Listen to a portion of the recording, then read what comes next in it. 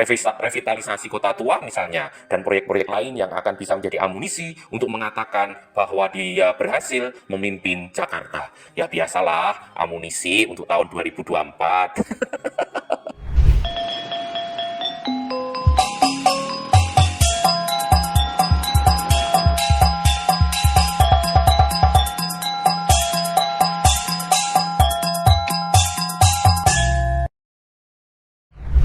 Jumpa lagi dengan saya, Lek Kotes. Curhat lagi ya. Saya tuh bingung dengan Anies Baswedan. Ya mungkin ini bukan pertama kali saya bingung, atau mungkin bukan cuma saya yang bingung, banyak orang juga yang bingung, karena dia itu bisa begitu percaya diri ketika menyampaikan pernyataan yang berbeda-beda, berubah-ubah. Esok dele, sore tempe. Tidak konsisten seperti itu loh, tetapi percaya diri sekali dalam menyampaikannya. Janji kampanye yang diucapkannya tidak ditepati, bahkan kemudian diingkari, juga diucapkannya dengan percaya diri. Makanya kan bikin bingung toh kayak gitu itu. Harusnya kan ada malu sedikit begitu loh ketika menyampaikan sesuatu yang berubah-ubah atau tidak menepati janji yang sudah disampaikan. Kali ini juga sama. Anies Baswedan menyatakan bahwa bukan penggusuran, relokasi kalau kata yang digunakan tidak terhindarkan di Jakarta.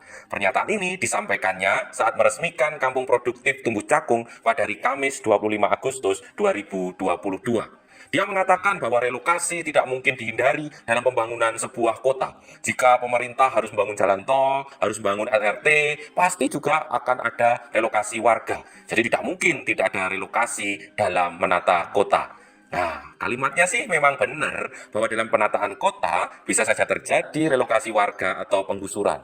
Tapi kalau yang bicara seperti itu Anies Baswedan, rasanya itu bagaimana ya? Kalau teringat kemudian janjinya saat kampanye tidak menggusur, menolak penggusuran, kok kayaknya tidak pantas mengucapkan kalimat seperti itu. Dulu mengatakan tidak akan menggusur atau menolak penggusuran, sekarang mengatakan relokasi tidak dapat dihindarkan. Bagi saya sangat lucu kalau kita mengingat saat kampanye itu banyak sekali pernyataannya yang kemudian menolak penggusuran. Bahkan dia mengganti kata menggusur dengan kata menata. Dia tidak akan menggusur tetapi menata, ya agar lebih manis, agar kelihatan lebih indah begitu, dan ketika didengar terasa lebih menyejukkan hati. Coba kita ingat pernyataan-pernyataannya, masih banyak jejak digitalnya. Salah satunya pernyataannya ketika di Kalijodo pada hari terakhir kampanye Pilkada 2017. Dia saat itu mengatakan kepada warga Kalijodo bahwa dia tidak akan menggusur. Dia meminta warga untuk mengangkat tangannya tinggi-tinggi, tunjukkan angka 3, dan menjadikan kota ini bukan kota yang gusur-menggusur, menjadikan Jakarta kota yang adil. Ya, itu kan masa kampanye. Bertolak belakang sekali kan pernyataannya dengan kalimat relokasi tidak terhindarkan. Ya itu hanya salah satu pernyataan saja yang di Kalijodo itu. Dan tadi saya sudah sampaikan, dia seringkali mengubah kata menggusur dengan kata menata. Terdengar manis, enak, dan rupanya itu membuat warga Jakarta terpesona dan akhirnya memilih Anies menjadi gubernurnya. Hasilnya bagaimana? Remuk redam. Saat meresmikan kampung susun di Cakung itu, Anies Baswedan juga masih berupaya untuk mencari muka. Saat itu dia mengatakan bahwa selesainya kampung susun di Cakung itu merupakan sebuah kemajuan, merupakan sebuah hal yang dicita-citakan oleh pemerintahannya.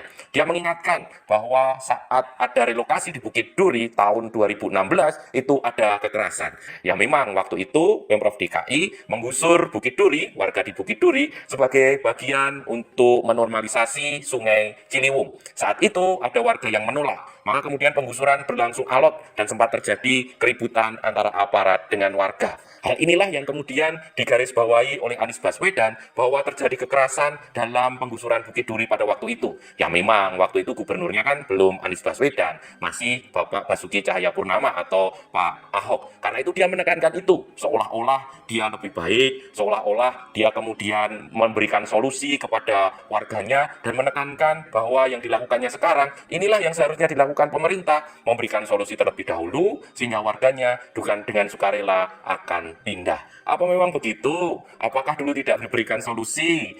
Mari kita lihat faktanya. Faktanya, tahun 2016 itu warga yang rumahnya terkena gusur sudah diberikan solusi untuk pindah ke rusun rawa bebek. Loh, ini ada solusi loh. Kenapa kok tidak disampaikan? Solusi itu sebenarnya sudah ada, sudah diberikan kepada warga. Tetapi karena ada warga yang menolak, ngeyel, tidak mau pindah, bahkan melawan, maka akhirnya terjadi tindakan yang keras. Kalau seandainya semua warga itu tidak ngeyel, nurut dan pindah ke rusun rawa bebek, pasti sejak 2016 sudah mendapat hunian nyaman. Tidak perlu menunggu tahun 2022. Kan begitu. Selain itu, kalimat Anies yang menyatakan bahwa ada kekerasan dalam penggusuran Bukit Duri menunjukkan bahwa dia tidak berkaca, tidak melihat bahwa pada masa kepemimpinannya pun ada penggusuran paksa. Hal itu disampaikan oleh LBH Jakarta pada tahun 2021. Data yang disampaikan adalah data penggusuran yang terjadi di Jakarta pada tahun 2017 hingga 2019. Beberapa penggusuran itu pun dilakukan dengan paksa tanpa ada musyawarah terlebih dahulu. Nah, 2017 hingga 2019, masa pemerintahnya siapa? Anies Baswedan lah. Lalu kenapa tidak pernah disebut? Ya nggak mungkin disebut atau nggak mungkin diingat, kan merugikan citranya. Ya bagaimanapun selesainya kampung susun di Cakung ini tetap harus diapresiasi. Anies tetap berhasil memenuhi janjinya memberikan hunian layak untuk warga Bukit Duri yang tergusur. Dan dengan ini kita jadi tahu bahwa sebenarnya Anies Baswedan itu setuju dengan Pak Ahok untuk memberikan hunian layak berupa rusun kepada warga yang terkena relokasi untuk pembangunan. Padahal dulu saat kampanye itu mengkritik habis-habisan loh. Tetapi sekarang mengikuti juga kan cara Pak Ahok. Ya begitulah Anies Baswedan yang sekarang sedang sibuk membangun citra. Dia dikejar waktu karena panggungnya sebagai gubernur akan berakhir pada bulan Oktober. Makanya kita tidak perlu heran kalau akan ada banyak peresmian-peresmian di Jakarta menjelang bulan Oktober. Revitalisasi kota tua misalnya, dan proyek-proyek lain yang akan bisa menjadi amunisi untuk mengatakan bahwa dia berhasil memimpin Jakarta. Ya biasalah, amunisi untuk tahun 2024. Itulah Anies Baswedan. Berbagai cara dilakukannya agar orang terus membicarakannya sebagai pemimpin yang hebat, meskipun sering harus menelan ludahnya sendiri. Bagi saya, hal itu justru menunjukkan dia bukan pemimpin yang hebat, karena pelin-pelan dan tidak bisa dipercaya. Kinerjanya pun lebih soal proyek-proyek pencitraan yang kurang menyentuh permasalahan dasar di Jakarta. Yang penting kelihatan hebat, meresmikan ini dan itu, bangunan ini dan itu, tapi banjir tetap ada, macet bertambah, polusi udara tidak teratasi.